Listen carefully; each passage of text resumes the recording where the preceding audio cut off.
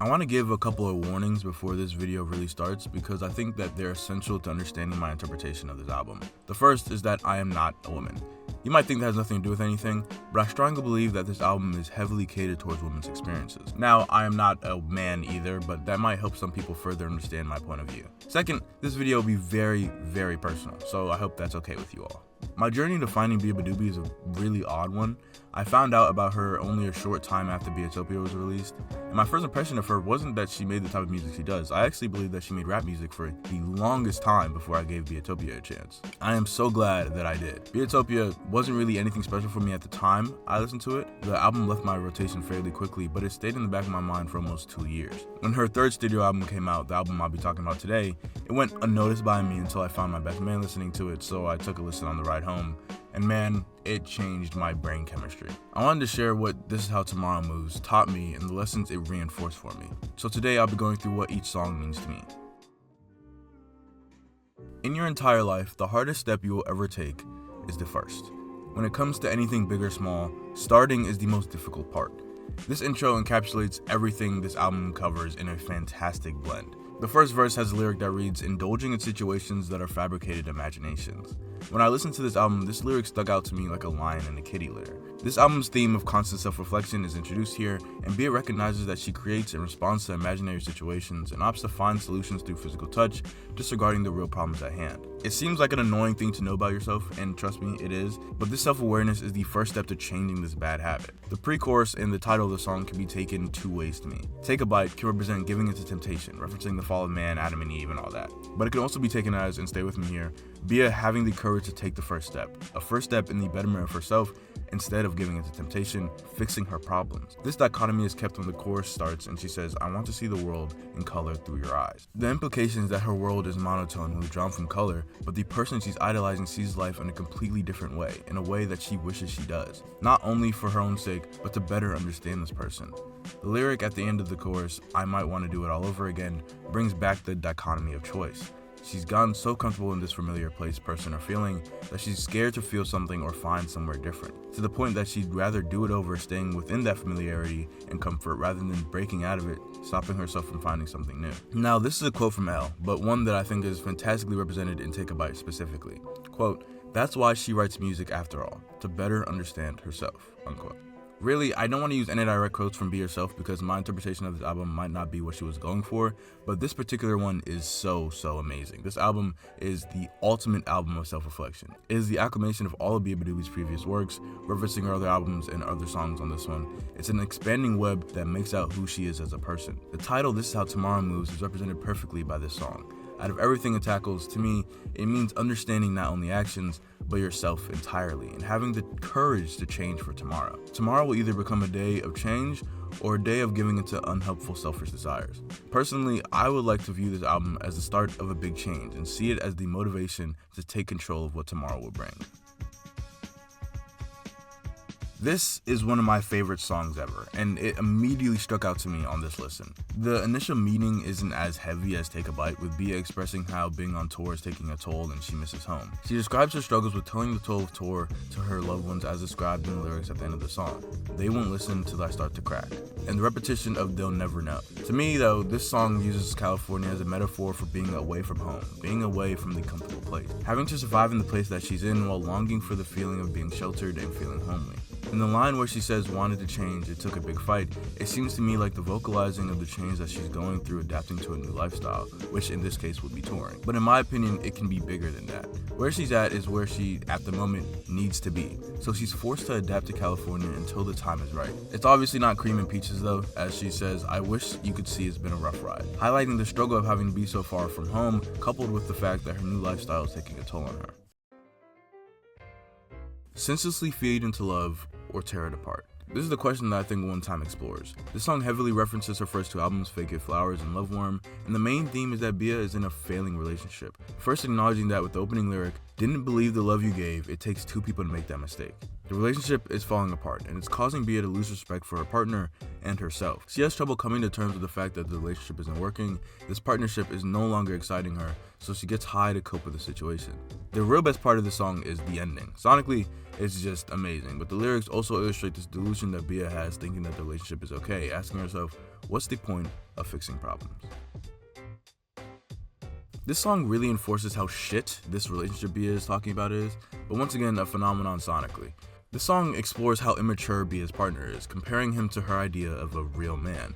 She says the lyric, "I guess no one taught you how to be a real man because the man makes such poor decisions and actions. Instead of acting like her idea of a real man who would be mature and responsible, he decides to act more like a little kid. The man lived this way his entire life, with no one fixing him or teaching him. However, this comparison in and of itself is immature.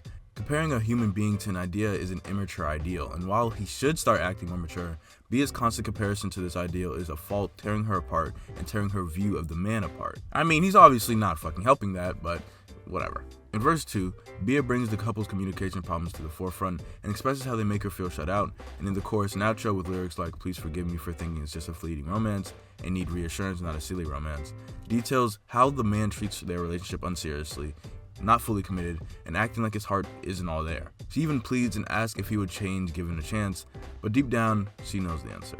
The relationship is doomed. Father issues suck, and Tie My Shoes is a deep exploration of Bia's strained relationship with her father. On the track, she reflects on self-deception and unresolved feelings from her childhood. This song captures the issues of waiting for support while never getting it, and dealing with disappointments from her father, as well as the frustration of being abandoned and the challenge of trusting and moving forward amidst emotional turmoil. "Cause I Can't Stop Chasing It" is a line carefully describing how she longs for her father's admiration, the feeling of making him proud despite the rocky relationship. The song's title is an allusion to childhood. "Waiting for You to Tie My Shoes" is a lyric painting just how little her father supported her growing up, leaving one of the staples of childhood, tying your shoes, to Bia on her own. The most heartbreaking lyric, though, is Bia saying that the parts of her life are loose, and the screws, the parts missing to fix her life, are with her father. This song has an amazing relationship with California. Its messages are eerily similar, but it's packaged differently. Instead of the tug between adaptation and a new lifestyle and longing for home, this track uses the idea of home and wraps it up with a bow. It presents the same main theme of California in a much less dreadful way. It's such a sweet song and has a unique dynamic with every other song on this album. This song got better while making this video. It's such an intrinsic track for this album, not just for its sonical value either. It shows how important vulnerability is for understanding yourself, how you walk, how you talk, how you live. To let your guard down is to be human, and this song is the epitome of that. Bia's excessive drug use, mentioned plenty throughout this album, like on One Time, is compared to the high Bia feels while being in love. The song defines a turning point. Bia realizes she has to grow, and she does. She refuses to make the same mistakes. She finds purpose and recognizes that she has been through similar or worse struggles before. Her ability to pull herself back up demonstrates the self-awareness and growth. This resilience is tied to her realization of her love for her boyfriend, shown in the lyric, "I'll pull myself back up and you know this." Comparison is the imperfect thief of joy. On this track, Bia talks about somebody who she constantly praises, wondering how could something so uncomplicated fill her brain. In the chorus, Bia is caught in this vicious cycle of contrast, realizing how the dissatisfaction it creates feeds on itself. The girl and Bia are a mirror for each other, each looking into it and seeing the other, comparing themselves with each other while constantly putting themselves down in order to dish praise. Expressed with the lyric, "We both sat complaining while we compare." However, in verse 2, Bia comes down. She sees the cycle for what it is, seeing that she is what she is, and all she can do is grow. She says, "There's no point for my demise." Post, according to an interview with Serial Gum, is a story not about her, but inspired by things that she's heard, quote unquote. Instead, I like to think of it as a story of people who have everything to lose. The first verse references real man, in the second line, and in the third. This character that Bia is playing, so to speak, sees the expensive duality of life. The line, "life worth living, but as hard as it gets," is so heavy, and it's one of my favorite lines on the album. The first half works so perfectly with the second, acknowledging how despite the tribulations we face in life, it is something that is cherishable, and also acknowledges the harsher realities of life that come with living in the second half. In the first verse, Bia retells a story that conveys a struggle with maintaining effort and meeting expectations due to life's demands. Her father's criticism undermines her friend's self-worth. The man has no choice but to suppress the memories and experiences that his life has handed him to move forward. This second verse describes the story of a girl who is in an uneasy relationship, with the lyrics, "Every time she looks at him, she breaks a sweat," conveying how she's analyzing her partner's interactions and decisions very carefully. This contrasts the previous lyric, "Something about her is hard to regret," which details that loving someone, no matter how much they hurt you, can help you acknowledge how much you've grown. Beaches accompanies Coming Home in California in the group of songs on this album that uses a specific place to elaborate on a particular emotion or feeling. This song specifically uses a beach setting to relate its main theme of acceptance and familiarity. The repetition of the end of the chorus and each verse of the lyric, "Cause I'm sure now I'm sure," hammers home this theme. She recognizes her fears and insecurities and accepts them all. The chorus describes right beaches and walls painted white. These specific settings led Bia to her realizations. My favorite line from this song is, "Don't wait for the tide just to dip both your feet in." To me, it's trying to say not to wait for your moment just to falter. No matter whether you know what's in the ocean, you jump face first and be free. A love song, a fucking great one at that. It's an unfiltered letter of admiration for her partner. The feeling of love goes stronger and stronger by the day. The line, "You were just around the corner," implies that sometimes the things you strive after the most, the things you want the most, are right in front of you. The journey in this context represents something more than the physical act of just getting to know someone. It's the emotional and psychological growth that comes with love. The growth of love isn't a straightforward progression, but a series of moments, a roller coaster of experiences that shape the bond between two people. The ultimate realization is it's not about achieving the final goal of love where everything is perfect and complete. In this way, the song captures the essence of true love, the recognition that it's the everyday moments that matter. It's the journey of becoming. The unfiltered nature of the song's honesty and raw emotion mirrors the truth of love. It's not always pretty and doesn't always go according to plan, but it's real, transformative, and something that keeps growing every day, no matter what happens. This song, I thought for the longest time, was about a lover or a partner, but I saw someone's interpretation of it being about a father. And I think that the song's a million times more beautiful and heartbreaking like that. The chorus illustrates this sense of connection through the experience of gazing at the same moon. Bia finds comfort in the idea that her and her father are linked by this universal symbol of beauty. The emotional bond provides a way for her to keep the memory of her father alive. The moon is a tangible object that keeps their connection alive and bridges the gap between grief and remembrance, offering a sense of acceptance and a shared experience amongst the sorrow.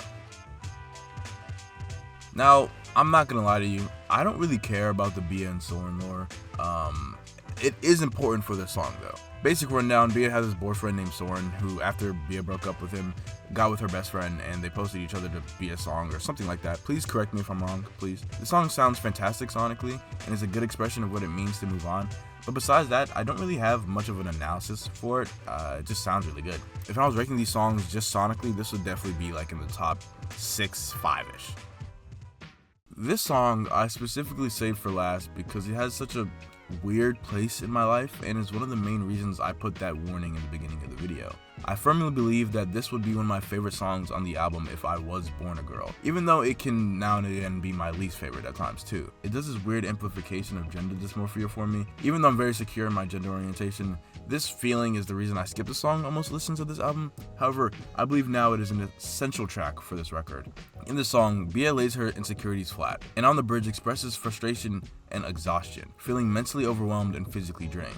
She admits her difficulty being honest, preferring to deny rather than confront her problems head first. She examines her need for support and highlights the struggle of facing consequences of her actions, showing a deep sense of vulnerability and the realization that she needs help to navigate her challenges just like everyone else. That was my kind of analysis for this album. I hope you guys enjoyed. I don't really analyze albums all that often. Actually, I haven't done that on this channel at all. But this specific album really stuck out to me. So I want to talk to you guys about it, and I hope you guys enjoyed.